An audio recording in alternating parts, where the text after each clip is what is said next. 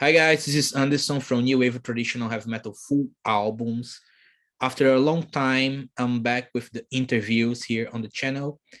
And for this return interview, I have Oliver Weinsheimer from Keep It True. And it's nice because I'm returning to the interviews, and Keep It True is finally back after 1.5 years, 2.5 if we start counting from when the last edition was held in 2019. Yeah. Oliver, how was this period for you? Oh, well, it was frustrating, annoying, and but also motivating in some way, and a time to rethink many things and to think over how you can arrange your life differently without doing what you love. I mean, Keep It True is not my profession. It's my hobby, and I do it in my free time. But still, it made a huge gap because everybody thinks it's done easily in a few weeks or something. But actually, you work a full year on every festival because it's so different than many other festivals, because we have so many unique bands, and they need much more care than the touring bands, and we have single shows and all these things, and it changed my life a lot, because I did many other things in the meantime to get distracted from it, like I traveled more, and I visited more mountains and all these things, but actually the hunger to get back and to start it all over again, it never burned out, or it was always there, and I never had a single thought that I could never do it again. So, but with Keep It True Rising, it was a unique chance to get back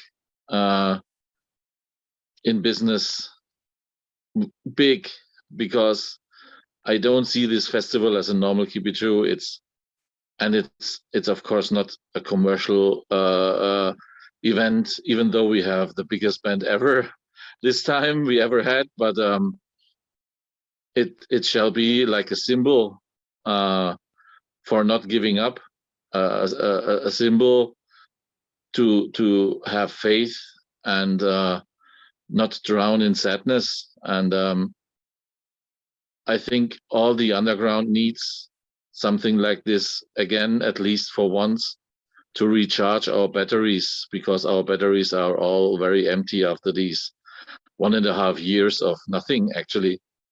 And yeah, that's how I felt all the time. And the Keep It True 22 in 2019 was my first time there, and I missed the festival with all my heart. And I can imagine how people who have been going for years felt without it, how you felt without it. Do you think that people will cherish the festival even more now? I hope so, because I think many of these people haven't met even in these 1.5 years, because people are spread all over Germany, and of course all over the EU, and even more like overseas. But I think for Keep It True Rising, there won't be many overseas people here, because it's just too risky to book a flight, and then they cannot get in because of anything. But I think this will be mainly Germany and the surrounding countries. But still, these people haven't met for a very long time due to lockdowns and everything. And this is the intention behind it. Cherish what you missed all these 1.5 years. And that's why we wanted to have also a very positive many positive bands on the billing that you can cheer to, that you can have fun, and there's not. I don't think we have, besides Hellhammer, we don't have any dark band this year on the billing.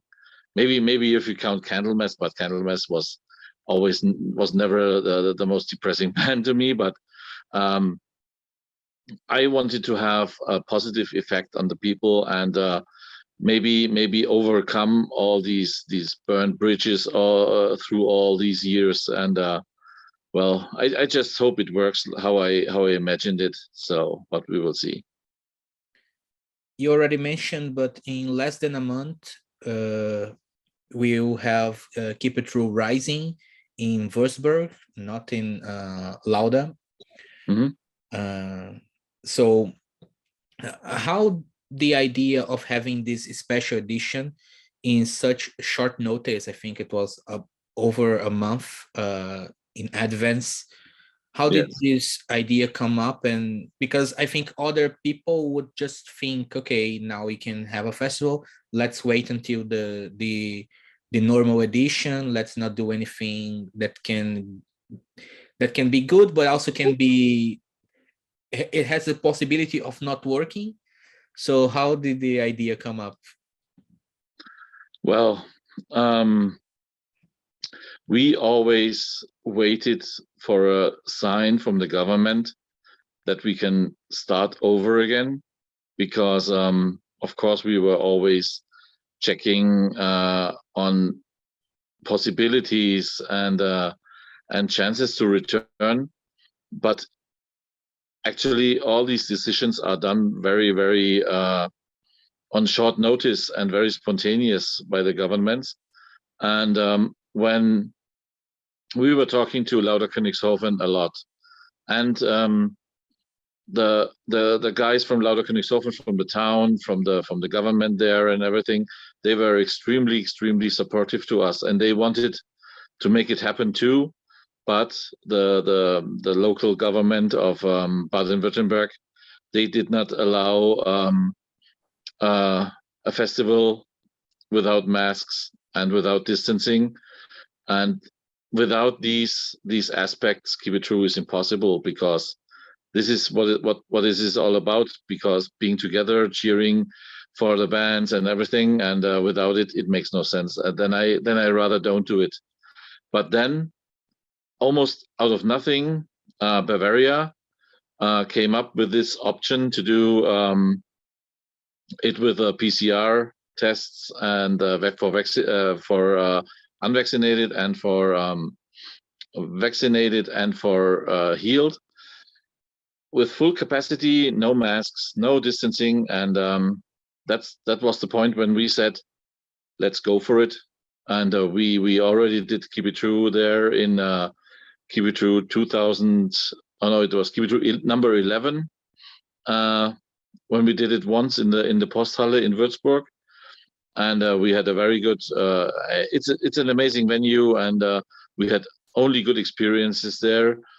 So we thought, let's take this chance, make it something very special, and try everything to make it real, even though there are chances that it may not work.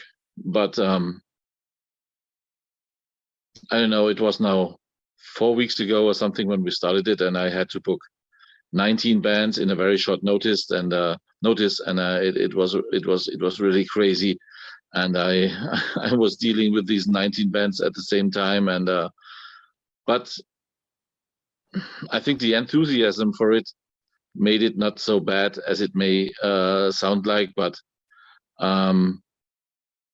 I just also feel we are in a way in debt for the fans and in the audience, because we have been so silent all the time now for, like you said, 2.5 years now since the last one, and it was just enough. And so we said, let's take the chance and try everything to make it real. And now it should be for 99.99% for real that it will happen. I think only a little catastrophe can avoid it. But right now, since Bavaria agreed to these new rules, I think it will work out as we planned. We just had to cancel Temptation because one of their guys is not vaccinated. So we talked with them, and we are very sorry, and the band was sorry too, but we can't do anything about it, and we will do them on the future. Keep it true, but I'm just talking to a replacement band for this, but hopefully tomorrow or in 2 days I will know it. And yeah, that's the only thing we need to change now with a change of rules. But let's just hope that this sign that we are still alive can finally happen, and I'm in very good spirits about it. Yeah. How do you deal with this ever-changing nature of the situation that we are in? I mean, every time the numbers seem to increase here in the Netherlands, I fear that we'll be back to not having concerts again. Is this something that I was going to ask if this is something that you're still dealing with, but it's, of course you are, because you already told me about the change of the rule that you cannot accept any more PCR tests, only vaccinated and healed, cured people. And now you have to cancel one band and having to book a replacement. How do you deal with the situation that tomorrow you can wake up and there's another situation that you need to fix? Well, honestly, it's very nerve-wracking, and it's very frustrating at times, and especially when before we were able to announce Keep It True Rising, we had so many attempts to start again, but in the last moment it did not work out, and this is very frustrating, and not because of any money stuff or financial things. It's just frustrating because you cannot give the people what they want, and what you want yourself, you know. And this all is not only about the music, it's about the community, and being together and celebrating together that kind of music that we all love. And but with these changing things, it makes it really, really hard. I really have to admit. But now this new regulation is valid till November 24th, which is after our date finally. So we should be on the safe side now, and I think we can go full ahead now. And I hope there won't be any setbacks anymore, because that would really break our necks finally. But I'm pretty sure we are very good now, but you never know. Yeah, it's also difficult for us. I think I'm not the only person who feels like this, but since I bought the tickets and since I got excited to be at Keep It True Rising, I cannot stop thinking, what if in the morning of the festival I wake up with a cold or something like this? That's not even COVID, but it's like something that drives us crazy. And I have 3 kids; they have colds all the time. Yes, but honestly, it should be worth the risk. And even though setbacks are there here and there, they don't stop me from doing this, because this is my blood, my life, and I want to do this, and nothing will stop me from doing it, even in the future. So I will always try everything, and I'm really sure this time we will prevail. Now let's talk about the Keep It True Rising itself, because I never thought I would see Blind Guardian headlining Keep It True, not only because they are a Wacken type of band, Mhm. but because their output in the last 20 years is not really keep it true material, but their work till the mid 90s is some of the best speed power metal out there. They're also one of my favorite bands of all time. How did you get them to play at Keep It True, an old school set? Oh well, when I saw that Blind Guardian were playing like these club shows in Krefeld, their hometown, I went there, and back then we had no actual plan for Keep It True Rising, but we had in mind that we want to do an autumn kit with no special date fixed, because we were still waiting for Lauda Königshoven to give us green light to go ahead, which never happened. But I went there and I met with Booker, and I talked a lot with Hansi Kirsch via email about all possibilities, and they were completely in favor of it, and they knew Keep It True and they love it because they themselves are old school metal fans. And if you look at the old covers, Hansi and Andre are wearing old Fates Warning shirts and stuff like this, and they still like and love this music. I mean, they covered Demon, they covered Satan, they covered all these bands that always play Keep It True, and they know well about the scene. And All About Blind Guardian is more like family. It's not like a business or profession. It's still family business somehow, and their booker is a very nice one, and you can talk to them about everything. And when I approached them about a possible show, they were very positive about it, and then we said, for Keep It True, can we make something special out of it? And so they will do a set list of the hits of the early or the not the earliest, but the first 10 years or something of their career. And I mean, there are tons of huge hits there, and if you combine them into such a set list, it will be unbelievable, amazing. And after that, I saw their show in Krefeld for 500 really diehard fans, and it was so amazing. And I think it will be very similar at Keep It True, and it will go down like a triumph.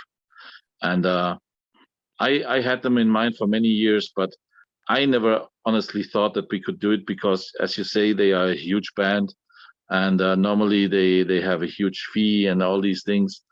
But we agreed on a deal that we could both live with, and they care about the scene a lot, and they are not only about the money. And I'm really happy that even in this size of a band, they talk to smaller festivals and organizers and stuff, and are really into it, and that makes them different to many bigger bands nowadays. And well, that's mainly the story behind it. I was going to ask if you have any details about the set, because people are discussing will they play like up to Imaginations, up to Somewhere Far Beyond. But if you say 10 years, then we can even include Nightfall, I think. I leave this all up to them, because I want to give them their complete artistical freedom on this. And even if they do up until Nightfall, I mean, it's all hits, underground metal hits. And I don't want to, actually, if it would be up to myself, I don't want to miss anything, even from Imaginations and all the albums. There's always, I mean, they never turned commercial in a way. Even after that, I mean, the music changed maybe to a more bombastic or more overproduced kind of music, but they never fooled their roots. They just developed in a way that maybe the old fans are not so much into nowadays, but they have such a huge fan base. So I mean, there's something for everyone, and on their regular live shows they play so many songs, old songs, all the time already. So that will never be a problem. I have seen them a few times live, and it's always a great show. And I can imagine how good it will be with people that like old school Blind Guardian and listening only to the classics that we grew up listening. Yes. You also booked one of the most influential extreme metal bands with Tonji Warrior and Triumph of Death playing Hellhammer. Mm-hmm. How did this happen? Oh, well, when I looked at my billing, I thought, that's actually very melodic this time. And so I thought there must be a little bit more dirt and crust and some more evil in the billing. And I was similar to Blind Guardian. I was always thinking about having Hellhammer, Triumph of Death with Tom G. Warrior playing at Keep It True, because I think it would be also the perfect location for them, because I think there's in the extreme metal there's not much more cult than Hellhammer. I mean, they even invented a whole genre of metal.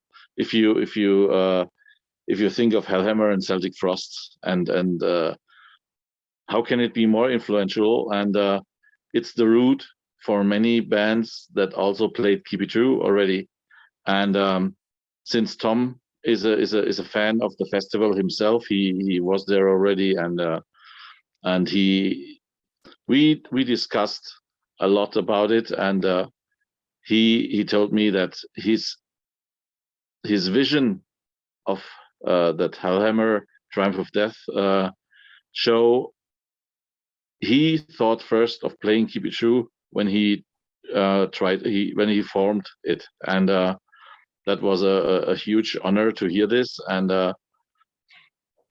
well, he's also a huge fan of Conan the Barbarian, the movie, and so we agreed very fast on terms, and then we had to check out with Booker and stuff and this, but it all went very naturally, and I'm really happy to have maybe the opposite of Blind Guardian on the day before. So yeah, I made a post on Facebook saying that I can't believe I will see Hellhammer live, because I don't know how they are seen in Europe, but in Brazil, South America, they were kind of a entity, like a metal entity, and they were always revered as one of the pioneers, and Brazil is very well known for extreme metal.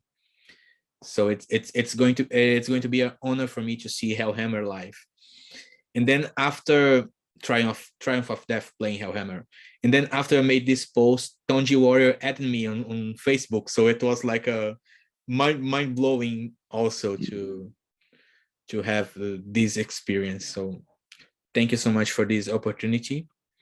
And the last headliner is Candlemas. Mm-hmm. They have been booked twice before for Keep It True, but never managed to play. One time because of the volcano, and the last time I think it was a problem with the flight or something. Yeah. Is the third time the charm? I hope so.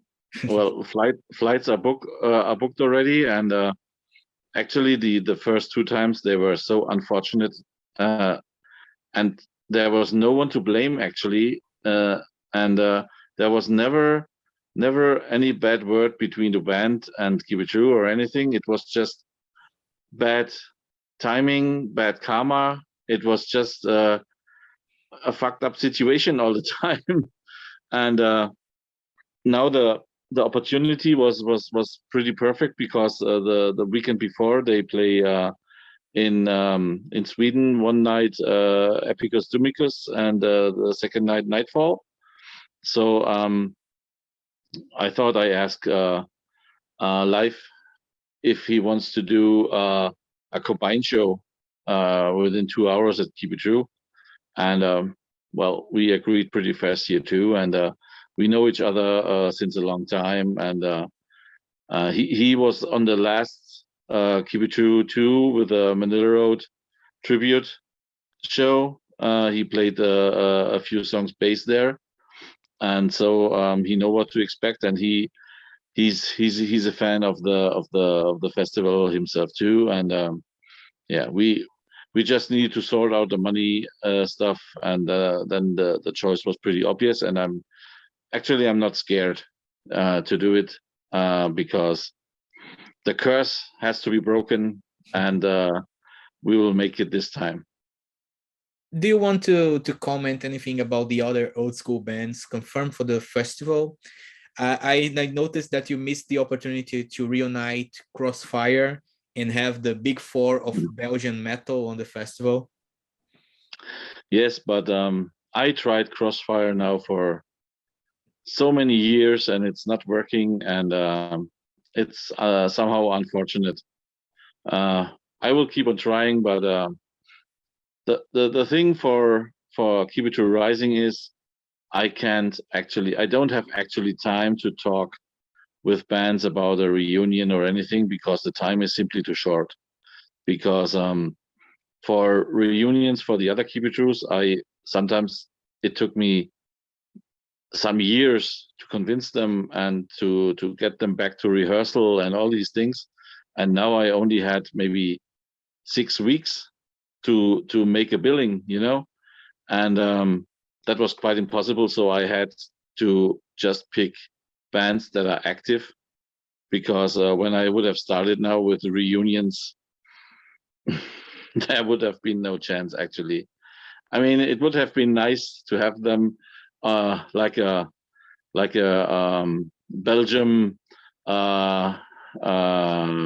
quartet or something, but yeah. But I think the three Belgian bands will be one of the highlights of the festival too, because Belgian metal is one of the best in Europe. So I'm really looking forward to all of them, especially Ostrogoth. Mm-hmm. Let's see. So I want to talk a little bit about the discussion that was held on social media about newer bands needing more space and better time slots in festivals. I think you saw this discussion. How do you see this situation? Well, at Keep It True, it's very important to me to have younger bands and upcoming bands, and I always featured them since the beginning. And this is an important part of Keep It True, and it's one of the trademarks of Keep It True. And when you see which bands already played Keep It True in the past, and now that are bigger than before, I think it just proves that we do it the right way. Because the thing is, even if a band has an amazing quality and you love an album so much and it's a debut and things like this, it doesn't mean they attract too many people in the beginning. And also these bands, they have to earn or learn some, I wouldn't call it lessons, but some things that they don't know of, which all the old bands, of course, know since years. And I think even if some of the older bands don't have all the original members, blah blah blah, I always try to book the old bands with the most important band member, and that was writing the songs and or was most important for the sound of the band. Like for example, Kate's Acid. I think she's the synonym for acid. Without Kate, there's no acid to me. And these bands, they learned all their lessons in the past. They played all the shitholes already, and they earned everything they have now. And they created that music that many of the young bands now, I wouldn't say copy, but they base on, you know. And I think it's also a matter of respect that some bands play in front of other bands, and but it always depends. For example, this time, I mean, Atlantic Codex are no real newcomers anymore, but they are still one of the younger bands, I would say, compared to others, and they have a high place in the billing because they went through all these stages, and they climbed up that ladder pretty fast. And if you remember, they were very early on an old Keep It True and an old Hammer of Doom festival. I did them, and they climbed up the billing ladder from festival to festival. I did them, and that's the way it goes to me. And I mean, if you put these bands on a tour, and there's always a lot of hype and stuff on the internet and raving on Facebook and blah blah blah, but when it actually comes to shows, and they do a tour like a club tour, and then they are disappointed when there are only 50 or 60 people there, you know. But that's just the reality. And many also think that Facebook is the reality, but it actually isn't.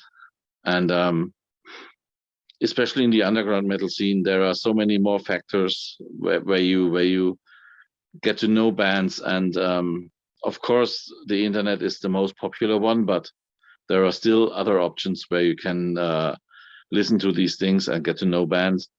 But like I said, I think building up bands slowly is the better way than pushing them too much on a higher position, which they maybe cannot judge themselves. And I also don't want to put too much pressure on them. And honestly, if you kill on an afternoon show completely, that's even better. If you are kind of nervous on a higher spot and don't deliver as you could have done earlier without the pressure. And this is about learning all these things and get the routines and all these things. And especially with young bands, that many of them, they do amazing albums that you also feature on your channel and stuff, but many of them are not very well rehearsed, because these albums, they are composed via internet, and not really in rehearsal rooms and all these things. So there's going on stage is quite different than recording an album. And I always say first things first, and do small steps, and then you can improve and learn. And I think that's what I want to do with these bands at Keep It True. And if you look at this year's Keep It True Rising, I think we have more newcomers than ever. And I think it's 9 or 8 out of 19 bands are newcomers this time.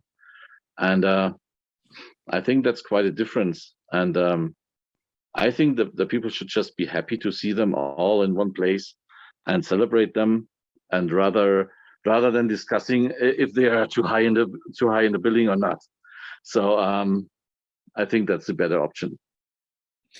But do you see that the scene and the audience can develop in the future, so we can have like Keep It True 35 with these bands that are playing today as the headliners, and the newer bands from 2035 in the opening spots? Or do you think that this is like when the old bands are gone, then Keep It True is it's not something that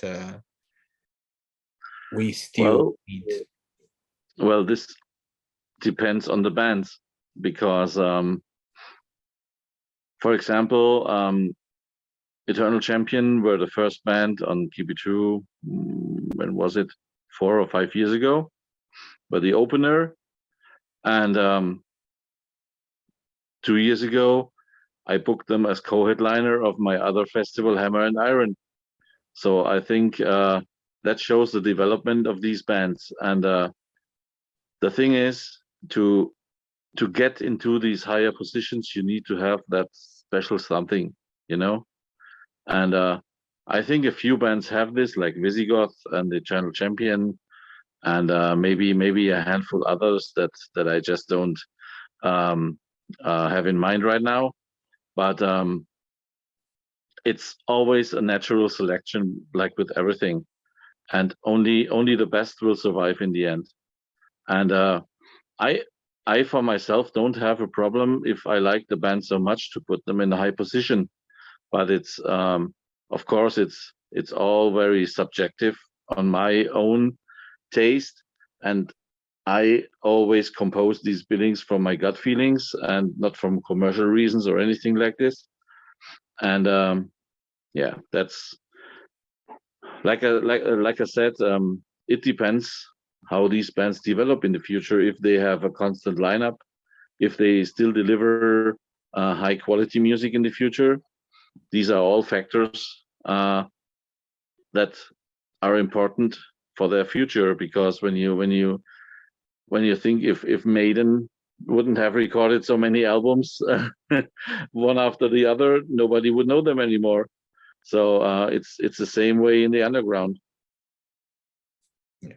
So let's just for people that don't know the lineup, we have newer bands. We have Sphinx from Germany. They are like speed thrash, like early Creator. Then Yes. we have Night Eternal, also from Germany. Mm-hmm. Century from Sweden. They only have Mm-hmm. a demo tape and they are ready at Keep It True. Mm-hmm. Megaton's Word from Switzerland. They are like a mix between Eternal Champion and Visigoth. Then we have Yes. Seven Sisters from the UK, one of the bands I'm really looking forward to. Mm-hmm. Wheel from Germany, Mm-hmm. doom metal. Mm-hmm. And we have also, not anymore, Tentation from France, but they are out Mm-hmm. now that you said. Then we have Nestor from Sweden. That's also a band that people are talking about. Yes. And Atlantean Codex, like Yeah. it's, yeah. I mean, to be honest, it's better if people talk about a band if they don't talk about it at all. Yeah. And I think it's a positive discussion about it. And of course, it's all a matter of taste. And for me personally, it's one of the best albums I heard in a century. And it kind of blows me away so much. And I tried everything to have them on that billing because to me they will be the next huge thing if they do everything right. And I'm pretty sure they will, because all these guys are very professional and very nice guys, and they will deliver. And I'm pretty sure about this. And they are very serious about it. And all that 80s cliche around them is, to me, it's just like a gimmick. It's like a bonus. But to me, the music is so professional and not like a comedy or anything like this. It's when I would close my eyes and would not know what this band is, and I would listen to this CD, I would have said it was released in the 80s, even quality wise. And the best you can say about something like this. And yeah, you will see when they will play here, they will have a small gimmick at the first song, and all the rest of the show will be a classic hard rock show with blood, sweat, and tears. So I have no doubt they will be very, very amazing on this show. Yeah, I'm looking forward to, like I said in a post, that I don't like if they are like a comedic band, but I'm not sure that they are. You are saying that they aren't, and I believe you, because I don't like comedic bands. But the sound, I have nothing against it. It's like, it's a great AOR hard rock, and I have nothing against them with the sound. Yeah. So I have one more question, and it's about the future, because I want to know what are the next plans for Keep It True. Next year, you have the biggest Keep It True edition ever with 3 days. And then what comes after? Will you keep doing the Keep It True TV at your YouTube channel? Well, at least we try to keep on doing this, because first of all, it's a lot of fun, and it's like all the stuff we do, it's just because of the passion for music, and just to keep the people entertained in these, I would say, dry times. And as long as it's fun for us, we will continue doing it. And I just try to support the scene a little bit by showing some promo videos of new bands, and get into the memory of Keep It True again, and just show the people that they are not alone out there, and that we are still alive, and just spread some positive vibes. And for Keep It True, of course, we will return after 2022, which hopefully can be normal again somehow. In 2023, we shall return to a normal 2-day Keep It True with plus warm up, like always, because this one in 2022 is just a unique one, because we had all these bands booked for the year after already, and I didn't want to let them down. So that's why we added the third full day. And but I don't think it will happen again, because it's really, really too much. And it's just an exception for once, to me. It will be a big celebration of things going back to normal. I hope so. And I hope I'll be there also. Yeah, I hope so too. So this was it, Oliver. Thank you so much for this conversation. And I hope to see you in, I think, 3 weeks. Last time I could not see you at Keep It True because you're so busy all the time. But let's hope that this time we can meet. I try to be there at least, so. Okay, thank you so much, Oliver. Thank you for your time, and let's meet in 2.5 weeks. See you. Bye-bye.